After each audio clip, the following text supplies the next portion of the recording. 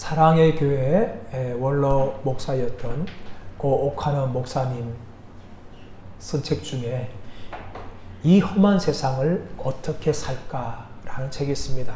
그 책은 욥기 강에서인데 그 책을 제목을 보게 되어지면 우리는 참 많이 동의할 수 있습니다. 우리가 살고 있는 이 세상은 결코 만만한 세상이 아니고 평탄한 세상이 아닙니다. 그분의 책 제목처럼 이 세상은 험한 세상입니다. 이 험한 세상을 살아갈 때에 참 우리는 여러 가지 소문을 듣면서 마음이 무너질 때를 많이 경험합니다. 뉴스를 통해서 들려오는 흉흉한 소식들과 또 사건, 이런 소식을 들 때마다 참 우리의 마음이 흔들리고 우리 마음이 무거워지는 것을 우리는 많이 느끼며 살아가고 있습니다. 그래서 우리도 이 험한 세상을 어떻게 살 것인가? 정말 내 힘과 내 능력으로 살아갈 수 있을까 하는 생각이 듭니다. 그래서 한편으로는 참 나에게 돈 많은 부모가 있으면 좋겠다. 아니면 또 내가 정말 힘있고 능력 있는 높은 지위를 가지고 있는 좀 빽이 되는 사람이 한 명만 있으면 좋겠다. 이런 생각들을 하게 되어집니다. 왜냐하면 나의 힘만으로 이 세상을 살아가기에는 너무나 버겁고 힘들기 때문입니다. 그래서 우리는 이 험한 세상을 어떻게 살아갈까 하는 염려를 합니다. 그러나 오늘 말씀에서는 이 세상을 우리 혼자의 힘으로 살아가지 않는다는 것을 하나님의 백성들인 우리들에게 말씀해 주고 있습니다. 왜냐하면 하나님이 우리와 함께 하시기 때문인 줄 믿습니다. 오늘 본문의 말씀에서는 삼위 하나님 중에 한 분이신 성령 하나님에 대해서 말씀합니다. 예수님께서 13장부터 계속해서 제 아들한테 말씀합니다. 내가 너희들을 떠나갈 것이다. 하지만 너희들은 나를 찾지 못하고 나를 따라오지 못할 것이다. 하는 말씀을 합니다. 그 말을 들었자 제 아들의 마음은 동요하고 걱정하며 염려합니다. 베드로에게 베드로야 너는 오늘 나를 다 굴기 전에 3번이나 부인하리라. 이렇게 말을 합니다.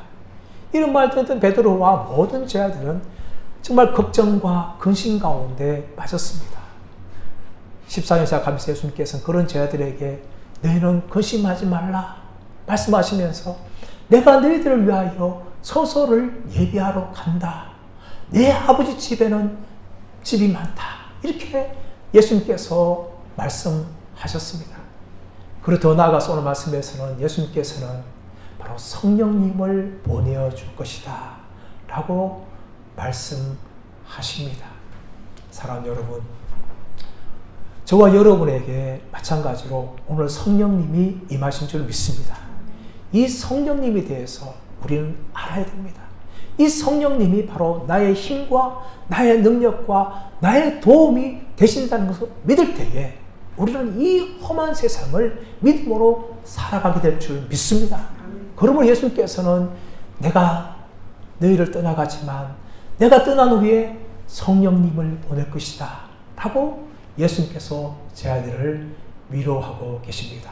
그렇다면 오늘 말씀하고 있는 이 성령님은 누구시며 성령님은 우리와 어떤 관계를 가지고 계시는지를 우리가 말씀을 통해서 함께 살펴보기를 원합니다. 첫 번째 따라하겠습니다. 성령님은 보혜사이십니다. 자, 16절 말씀 보시면 내가 아버지께 구하겠으니 그가 또 다른 보혜사를 너희에게 주사 영원토록 너희와 함께 있게 하리니 라고 말씀합니다. 예수님께서 아버지께 구하면 그가 또 다른 보혜사를 너희에게 주시겠다. 또 다른 보혜사라고 이야기합니다. 그렇다면 또 다른 보혜사 외에 원래 보혜사가 있다는 것을 우리가 추측할 수가 있습니다. 그분은 누굽니까? 그분은 바로 예수님이셨습니다. 예수님께서 원래 보혜사였습니다. 제 아들과 함께하였고 제 아들을 가르치고 제 아들을 3년 동안 또 말씀으로 정말 인도하시는 그런 역할을 예수님이 하셨습니다. 근데 이 예수님께서 이제 떠나가시는데 원래 보혜사는 예수님이 떠나가시는데 떠나가심을 통하여 또 다른 보혜사를 보내주시겠다라고 말씀하고 있는 겁니다. 이 다른이라는 것이 헬라어에서는 두 가지로 사용되어집니다. 하나는 알론이라는 단어고 또 하나는 헤테론이라는 단어입니다. 알론이라는 것은 같은 종류의 다른 것을 의미하고 헤테론이라는 것은 완전히 다른 어떤 것을 말할 때 헤테론을 사용합니다. 오늘 이 또 다른 보혜사 할 때 다른이라는 이 단어는 헤테론이 아닌 알론을 이야기하고 있어요. 같은 종류의 다른 보혜사인 성령님을 이야기하는 거죠. 이 부분이 좀 어려울 수 있어요. 좀 쉽게 설명하면 과자 이야기 좀 해보겠습니다. 제가 좋아하는 과자가 이 새우깡이에요. 새우깡 종류가 많지만 새우깡을 좋아하는데 이 새우깡을 제가 먹다가 거의 다 먹어가는데 그때 우리 애들이 들어왔어요. 그러면서 아빠 나도 새우깡 먹고 싶어요 라고 말하기 전에 마지막 남은 새우깡을 제가 다 먹었어요. 근데 아이들은 그 모습을 보면서 아빠 나도 새우깡 먹고 싶어요 라고 이야기하는데 이미 제가 새우깡을 다 먹었어요. 그럼 방법이 뭡니까? 제가 마트나 편의점에 날아가서 제가 먹었던 똑같은 새우깡을 사와서 그것을 주면 해결되는 거예요. 그런데 그것을 주지 않고 집에 있는 포테이토 칩이라든지 감자깡이라든지 이런 새우깡과 다른 것을 주면 아이들은 분명히 새우깡 먹고 싶다 했는데 자기들의 이 소원이 이루어지지 않은 거예요. 그러면 아빠를 향하여 원망하고 울 수도 있는 거예요. 그래서 아빠의 해결책은 뭔가 하면 제가 먹었던 새우깡을 사다 주는 겁니다. 여기에 말하는 제가 먹었던 새우깡 말고 다른 새우깡, 같은 새우깡 사오라는 것을 바로 알론, 여기 말하고 있는 또 다른 이라는 의미를 사용한 거예요. 예수님과 성령님은 같은 하나님이십니다. 영광과 성품과 종기와 능력이 똑같으신 하나님이세요. 그러나 인격적으로 구별되어지진 또 다른 하나님이 성령 하나님이세요.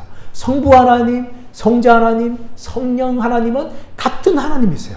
모든 면에서 본질의 동일한 분이지만 각각 인격적으로 구별되어지는 하나님이세요. 그래서 하나님은 같은 분이시지만 또 다른 하나님인 것입니다.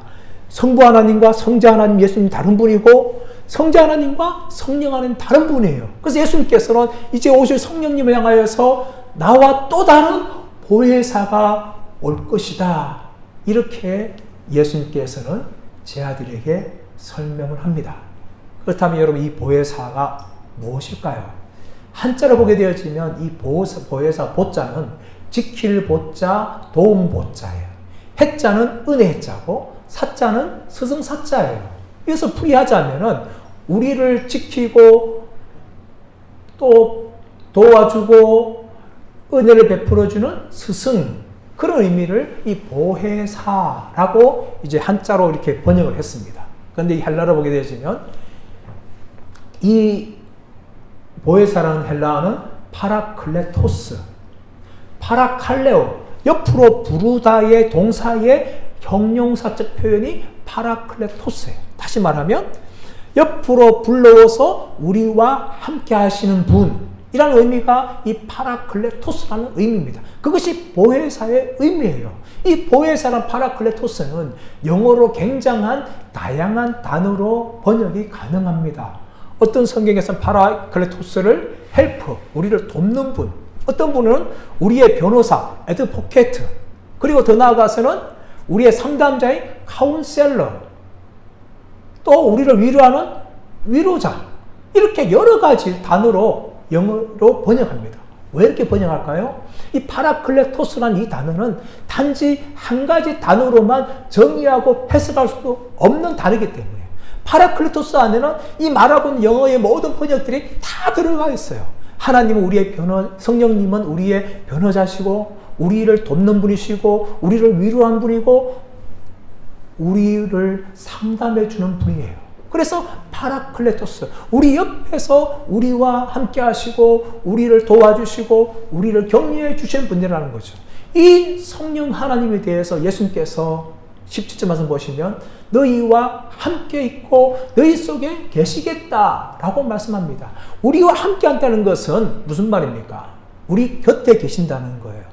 우리 속에 계신다는 것은 우리 안에 계신다는 것입니다. 우리 곁에 계시고 우리 안에 계시면서 그분은 영원토록 함께 계시겠다라고 이야기합니다. 이 영원토록 함께 있다는 것이 바로 구약시대의 성령님과 신약시대의 성령님의 차이점이에요. 성령님은 구약에서도 믿음의 백성들과 함께 하셨어요. 안에 계셨어요. 그런데 영원토록 함께 하지 않았어요. 하나님의 백성들이 죄를 범할 때에 성령님이 떠나가셨습니다. 사울이 불순종할 때에 사울을 떠나가셨고 삼손이 불순종할 때에 삼손을 떠나가셨어요. 다윗도 마찬가지였습니다. 다윗이 밧세바와 간음한 후에 회개의 기도를 하면서 무엇이라 기도합니까? 주의 성령을 내게서 거두지 마옵소서. 그렇게 기도한 겁니다. 구약시대에는 영원토록 한 것이 아니라 하나님의 백성들이 말씀에 불순종하고 죄를 지을 때마다 성령님이 떠나가셨습니다.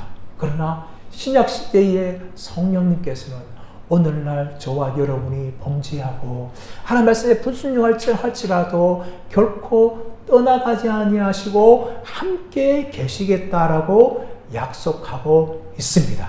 그렇다면 성령 하나님께서 우리와 함께 하시는데 영원토록 함께 하시는데 우리를 위하여서 하신 일이 무엇일까요?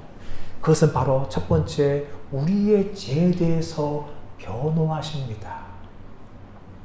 요한일서 2장 말씀 가보시면 만일 누구든지 죄를 범하거든 우리에게 아버지 앞에서 대언자가 있으니 곧 의로우신 예수 그리스도다 라고 이야기합니다. 여러분 예수 그리스도께서 대언자라고 말하는데 이 대언자 헬라 단어가 파라클레토스예요. 똑같은 단어예요. 파라클레토스로서 이 하나님께서 예수님께서는 하나님 아버지 앞에서 우리를 대언하는데 이 대언한다는 말은 무슨 가면 변호한다는 거예요. 우리가 이 땅에서 죄를 지을 때마다 예수님께서 하나님 아버지 앞에서 그렇게 말씀하시는 거예요. 하나님 저들을 용서하여 주옵소서. 저들은 내가 십자가에서 죽었고 구원하여 준 하나님의 백성들입니다. 내가 핏값을 산 백성들입니다. 저들의 죄를 용서하여 주옵소서. 그렇게 예수님께서 하나님 아버지 앞에서 변호하시는 분이에요. 마찬가지로 성령님은 이 땅에서 우리 안에 계셔서 우리와 함께 하시면서 우리의 죄에 대해서 지금도 변호하고 계시는 분입니다. 근데 여러분, 성령 하나님께서는 우리의 죄를 변호하지만 우리가 죄를 지을 때마다 이 성령님과의 관계가 어려워져요. 그래서 우리가 해야 할 일이 무엇인가 하면 우리의 죄를 자백하는 겁니다. 성령님과 동행하고 성령님과 함께하는 이 복된 삶을 살아가야 하는데 그 삶을 살지 못하게 하는 죄에 대해서 우리는 자백하고 고백을 해야 합니다. 왜 그렇습니까? 마치 죄는요, 하나님과 우리의 관계를 막는 큰 덩어리예요. 피를 들어보면 피가 막 안에서 피를 흘러가야 되는데 그 피가 뭉쳐가지고 중간에 딱 막아버리면 피가 원활하게 움직이지 못하고 동맥경화가 생기죠. 그 잘못하면 죽을 수도 있어요. 이 죄가 무엇인가 하면 하나님과 우리의 관계를 막아버리는 것입니다. 그러므로 우리가 해야 할 건 무엇인가 하면 하나님 앞에 죄로 고백하는 거예요. 죄로 고백하지 않으면 성령님이 우리 안에서 근심하십니다. 에베소서 4장 3절 말씀 보시면 하나님의 성령을 근심하지 말라 이는 그가 너희를 인치셨다라고 이야기합니다. 우리는 하나님 인침 받은 자예요. 그래서 뭔가 하면 하나님의 성령을 근심하지 하지 말아야 됩니다. 우리가 죄를 지을 때마다 성령님은 우리 안에서 근심해요. 그러므로 우리는 날마다 하나님 앞에 우리의 죄를 고백해야 합니다. 하나님과의 관계를 회복해야 돼요. 사람들과의 관계도 마찬가지 아닙니까? 사람들도 무엇인가 잘못해서 등을 돌리거나 원수가 졌어요. 회복할 방법 뭡니까? 내가 잘못했다. 내가 이런 일을 지어서 네 마음을 아프게 했다 하면서 용서를 구하고 관계를 회복해야지만 언제나 되는 거지 않습니까? 하나님과 마찬가지입니다. 하나님과도 우리는 우리의 관계가 막히지 않기 위해서 또 성령님의 마음을 근심치 않게 하기 위해서 우리의 죄를 날마다 고백을 해야 합니다. 그리고 더 나아가서 이 죄는요, 성령님을 우리 안에서 소멸시킵니다. 이 소멸시킨다는 것이 마치 불에 타가 다 없어진다 그런 의미가 아니라 이 소멸시킨다는 것이 무엇일까 하면 성령님이 우리를 위해서 마음껏 일하지 못하도록 성령님을 억누르는 것을 말합니다. 이 죄는 뭡니까? 하나님과의 관계를 막아버리고 성령님이 우리 안에서 우리를 위해서 활동하셔야 되는데 성령님을 건신시키고 말미암아 그 성령 하나님의 활동을 제한시키는 것이 바로 우리의 죄입니다. 그러므로 우리가 해야 할 것은 하나님 앞에 나아가서 고백을 하는 겁니다. 만일 우리가 우리 죄를 자백하면 그는 미쁘시고 의로우사 우리 죄를 사하시며 모든 불의에서 우리를 깨끗게 하실 것이라는 말씀처럼 우리는 날마다 우리의 죄를 가지고 나아가서 고백을 해야 될 줄 믿습니다. 그래서 우리는 하나님과 동행하는 삶을 살아가야 돼요. 여러분, 하나님과 동행하는 삶을 사는 게 얼마나 기쁜지 모릅니다. 여러분, 성결교회 유명한 부흥사였던 이성봉 목사님 계세요. 그분이 항상 그럴 때는 주먹을 이렇게 쥐고 다니는 거예요, 이렇게. 그래서 사람들이 묻는 거예요. 아니, 목사님, 왜 그렇게 이렇게 손을 이렇게 쥐고 가세요? 맨날 물어보니까. 이 목사님 하는 말이 뭔가 하면, 저는 하나님의 손을 매일매일 잡고 다닙니다. 그분이 평생 그렇게 행복하게 살아간 비결은 무엇인가 하면 매일매일 하나님의 손을 잡고 가는 거예요. 그런데 이 관계를 막는 게 뭡니까? 죄입니다. 죄. 그렇기 때문에 우리는 우리 안에 계신 성령님을 건짐시키거나 소멸시키지 않기 위해서 우리는 날마다 죄를 지을 때마다 고백을 해야 될 줄 믿습니다. 우리는 원래 죄인이에요. 그래서 죄를 짓지 않고 살아갈 수 없습니다. 그러나 이 죄인 우리가 해결될 수 있는 방법이 무엇입니까? 우리의 죄를 고백하는 겁니다. 두 번째로 무엇입니까? 두 번째로 우리는 성령을 쫓아 행해야 됩니다. 갈라디아서 5장 16절 말씀 보시면 너희는 성령을 쫓아 행하라. 그리하면 육체의 욕심을 이루지 아니하리라 라고 말씀합니다. 우리는 우리의 힘으로 이룰 수 없어요. 우리가 성령을 쫓아가면요, 성령께서 우리를 붙잡아 주시고 우리를 날마다 성화시키며 거룩의 길로 가게 합니다. 우리가 누구와 사귀고 누구와 함께하고 누구를 따라가는 날 굉장히 중요합니다. 우리의 인생에서 우리의 친구가 누구냐 굉장히 중요한 거죠. 여러분, 지금 넷플릭스에서 유명한 영화인 수리남의 황정민 씨가 주인공으로 나옵니다. 이 황정민 씨가 우리나라 천만 영화 배우 아닙니까? 저 인상적이게 봤던 게 뭔가 하면 국제시장이라는 영화였어요. 우리나라 50년 시작해서 80년까지 이 30년, 40년간의 우리나라의 근대사를 이렇게 조명한 영화입니다. 그 영화 보면 이 황정민 씨가 덕수라는 주인공 나오고 친구 달수가 있습니다. 정말 그 못 먹던 시절에 정말 어려운 시절 아닙니까? 그래서 이 젊은이들은 취직할 곳이 없으니까 독일 광부로 또 간호사로 그래 나가던 시절이었어요. 이 오달수가 신문을 보면서 먹고 살 게 없으니까 독일로 가서 광부를 하려고 하는 거예요. 그러다 덕수인 이 황정민이 따라갑니다. 그 따라가서 독일 광부로서 일을 하면서 돈도 많이 벌어가지고 고향으로 보내서 집도 사고, 그뿐만 아니라 그곳에서 평생을 함께 할 수 있는 아내도 만나는 그런 복을 누렸어요. 친구를 누굴 따라가냐가 굉장히 중요합니다. 우리 인생도 마찬가지 아닙니까? 우리가 영원히 쫓아가야 할 분이 성령님이라면 성령님 우리를 천국으로 이끌어갈 줄 믿습니다. 그럼 우리가 죄를 따라가고 마귀를 따라가고 세상을 따라가고 우리의 정욕을 따라간다면 우리는 망하는 길로 갈 수밖에 없는 것입니다. 그러므로 평생에 우리가 정말 성령 하나님과 동행하기 위해서 우리는 날마다 성령을 쫓아 행하는 자 되기를 간절히 바랍니다. 그리고 성령님 어떤 분입니까? 성령님 우리를 도와주시고 우리를 위로주시고 또 우리를 힘주시는 분이십니다. 우리는 나약합니다. 우리는 완전하지 않습니다. 날마다 쓰러지고 날마다 넘어집니다. 우리는 가난합니다. 우리는 약합니다. 우리는 무기력합니다. 그러나 하나님 어떤 분입니까? 우리는 비록 가난하지만 하나님은 부유한 분이시며 우리는 약하지만 하나님은 강한 분이시며 우리는 무력하지만 하나님은 전능하신 분인 줄 믿습니다.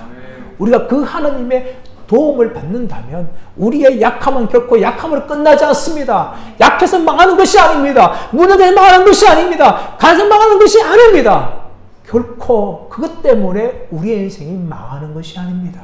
우리는 비록 약하지만 강하게 될 수 있고 우리는 무능하지만 우리는 능력 있는 삶을 살 수 있고 우리는 부족하지만 체험받을 수 있습니다.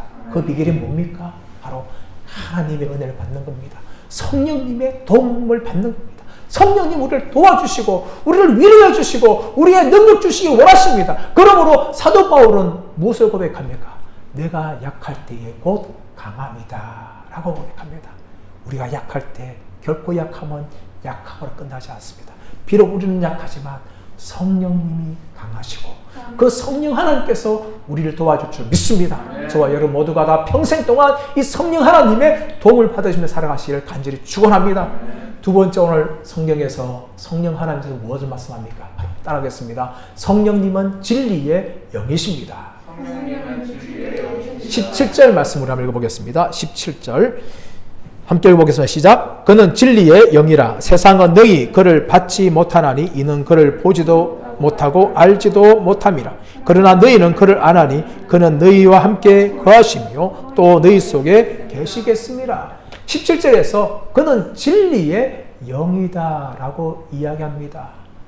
여러분, 성령 하나님은 진리의 영이세요. 여러분, 성령님에 대해서 성경에는 다양한 표현이 나옵니다. 어떤 곳에서는 예수의 영, 하나님의 영, 거룩한 영, 영광의 영, 이렇게 다양하게 성령님에 대해서 이 표현을 합니다. 근데 오늘 본문에서는 진리의 영이다 라고 이야기합니다. 이 진리다, 무슨 말이겠습니까? 거짓이 아닌 참인 것을 이야기하죠. 진실됨을 이야기합니다. 성령님은 진리의 영이지만 여러분, 악한 영도 있고 거짓의 영도 있어요. 성령님은 그런 영이 아닙니다. 성령님은 진리의 영이고 참영이고 진실한 영이라고 말씀을 하고 있습니다. 그리고 더 나아가서 이 진리의 영이라는 것은 바로 예수님과 관련되어 있어요. 우리 본문 읽었지만 예수님께서는 요한 14장 6절 말씀 보시면 내가 곧 길이요 진리요 생명이니 라고 말씀하세요. 예수님께서 진리라고 이야기합니다. 그렇다면 이 진리신 성령님께서는 예수님을 드러내고 예수님을 사람들에게 가르쳐주고 예수님을 알려주시는 영이라는 것을 말씀합니다. 예수님께서 요한복음 14장 26절에서 보혜사 곧 내 아버지께서 내 이름으로 보내실 성령, 그가 너희에게 모든 것을 가르쳐주시고 내가 너희에게 말한 모든 것을 생각나게 할 것이다 라고 말씀합니다. 여러분, 성령님에 대해서 신학자들은 성령님은 수줍어하는 하나님, 부끄러워하는 하나님이라고 표현합니다. 그 이유가 무엇인가 하면 성령님은 자기를 드러내지 않아요. 자기에 대해서 알려주는 것이 아닙니다. 성령님이 오신 이유는 무엇입니까? 예수님을 드러내고 예수님에게 대해서 가르쳐주고 예수님을 알리기 위해서 성령님이 오신 거예요. 성령님은 철저하게 자기를 숨기고 예수님만을 증거합니다. 그래서 신학자들이 성령님은 수줍어하는 하나님이시고 부끄러워하시는 하나님이다라고 표현할 정도로 철저하게 성령님은 예수님을 증거합니다. 여러분, 성령님 오신 후에 제 아들이 무엇을 깨닫습니까? 예수님의 하신 말씀이 이런 말씀이구나. 산상수훈 하신 말씀이 이런 말씀이구나 하면서 성경을 기록하는 거죠. 또 예수님의 십자가의 죽음과 부활이 하나님의 아들의 죽음이었고 하나님의 아들의 부활이었다는 것을 그들은 성령님이 일하신 후에 완전히 깨닫고 당대하게 예수님을 증거하는 사람들로 변화되어집니다. 사도 바울도 마찬가지였습니다. 사도 바울이 예수님 만나기 전에 그는 핍박자였고 포획자였고 박해자였습니다. 근데 예수님 만나고 그가 성경을 깊이 연구합니다. 성령님이 깨닫게 하십니다. 눈을 열어주십니다.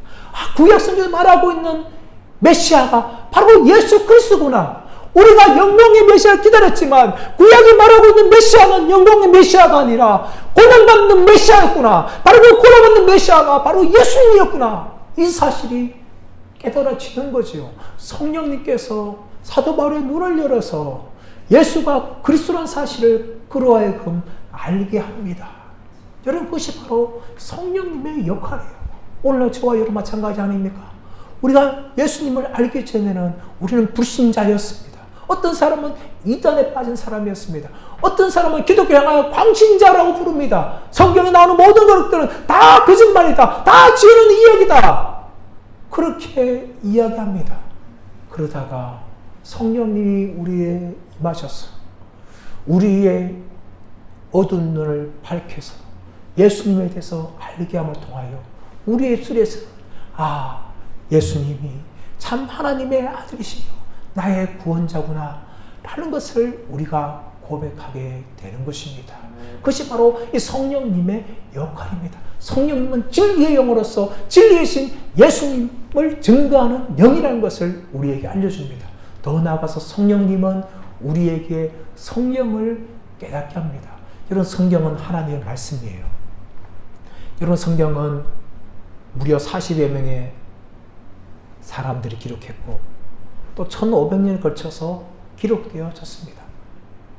그래서 사람들은 이 성경을 단순하게 그냥 사람들이 썼으니까 다른 경제와 똑같은 인간의 책이다, 종교의 경전에 불과하다 라고 이야기하지만 여러분, 결코 성경은 그런 책이 아니에요. 성경은 하나님의 감동으로 기록된 책이라고 말하고 있습니다. 디모데후서 3장 11절에서는 모든 성경은 하나님의 감동으로 된 것이니 교훈과 책망과 바르게 함과 의로 교육하기에 유익하다라고 말씀합니다. 하나님의 감동으로 됐다는 것은 바로 하나님께서 호흡을 불어넣으시다는 거예요. 생명을 불어넣으시다는 것입니다.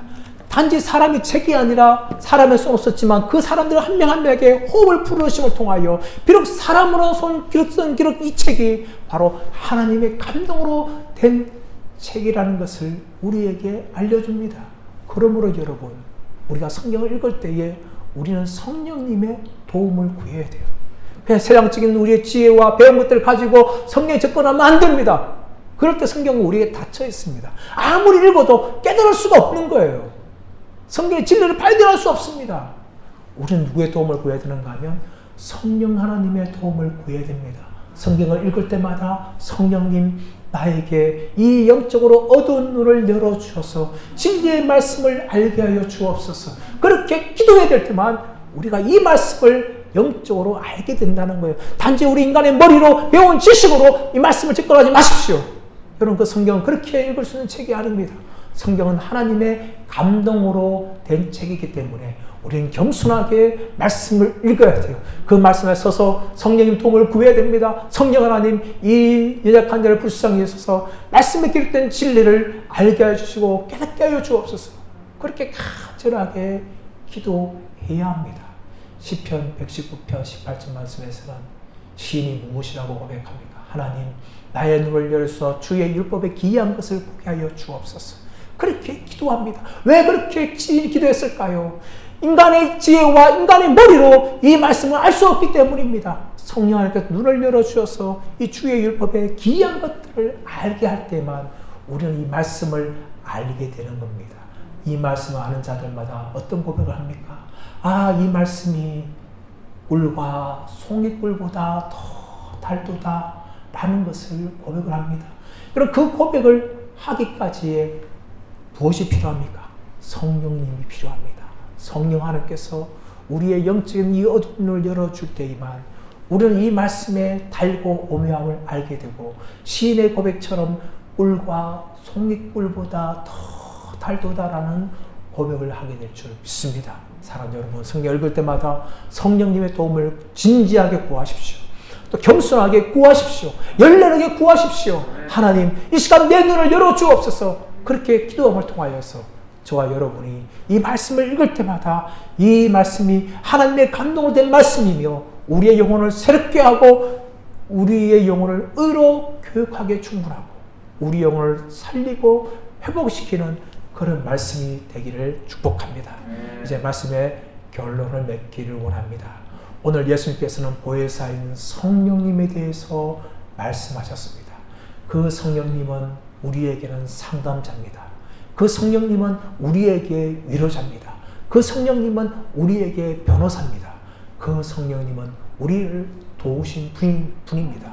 여러분, 낙심할 때에 성령님께 나아가십시오. 여러분, 힘이 부족할 때 성령님께 나아가십시오. 여러분, 범죄할 때 성령님께 나아가십시오. 그분의 도움을 받으시고 그분의 능력을 구하시기를 축복합니다.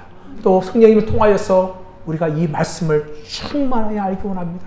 말씀을 읽고 들을 때마다 우리의 어두운 눈을 열어주시고 닫힌 길을 열어주심을 통하여 하나님 말씀 내 심령에 박힘을 통하여 그 하나님 말씀의 능력과 은혜를 경험하고 꿀과 송이보다 더 단 말씀을 체험함을 통하여 세상을 이기고 죄를 이기며 살아가는 저와 여러분 되시기를 예수님의 이름으로 축원합니다.